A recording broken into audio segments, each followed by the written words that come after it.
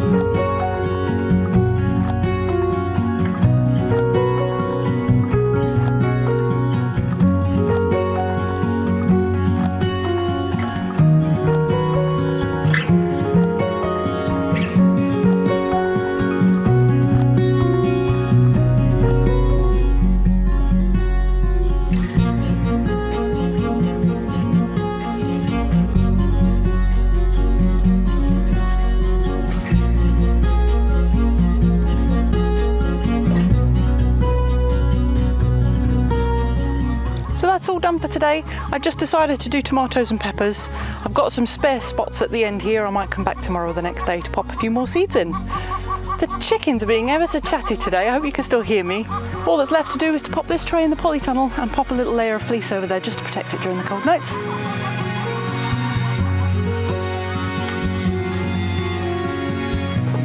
Safe in the polytunnel next to our onions that we've had growing through the winter. Bit sporadic germination there, but these guys will be potted up. That's not so bad. And then we've got some pansies here. Rosie's planted some catgrass and catnip. And over here, what's this? Yellow peppers, Brussels sprouts. Must be another tray of rosy seeds. Just run you through the varieties of tomatoes that I've chosen to sow today. I'm going to sow a few more at a later date, but these are the most important ones for us. So we have Coração de Boi, which is a Portuguese beef heart tomato. We absolutely love them. And we bought from Sementes Vivas. It's a Portuguese heritage seeds. They're big, big, fat, thick tomatoes. They're great for salads and sandwiches. I had a few Chiltern seeds left over. They're Tumbling Tom, which is a tiny cherry tomato, but it's a bush variety. And I've grown it before last year, and it makes a very small bush. 100 little cherry tomatoes on, very nice. Tomato Barclay tie-dye, again, Sementes Vivas from Portugal. That's a round salad tomato, which has stripes, so it's kind of red and purple, looks tie-dyed, very nice, one of Rosie's favourites. And Ace 55, which is also from Sementes Vivas. I've never grown this before. Dom gave me this for Christmas, so I thought I'd have a go. That looks like another beef heart one. Very nice.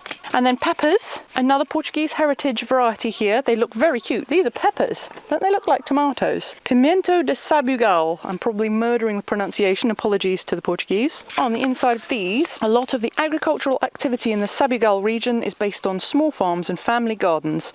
Many of these maintained by the older generation, still growing for self-consumption. Doing this, they preserve traditional regional farming practices, including seed varieties that have often been passed on in families for generations.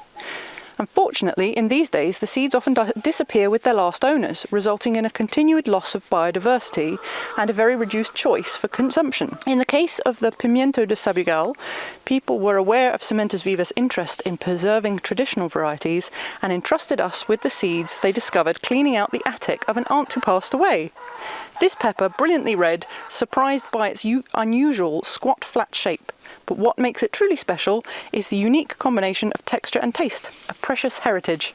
So I thought we would have a go. That sounds like a fabulous thing to be able to continue. And then if we get the peppers, I'll save the seeds and I'll continue saving them each generation for myself. These ones, Pimiento, different seed company, this one, Largo de Rus, which I think means Russian giant.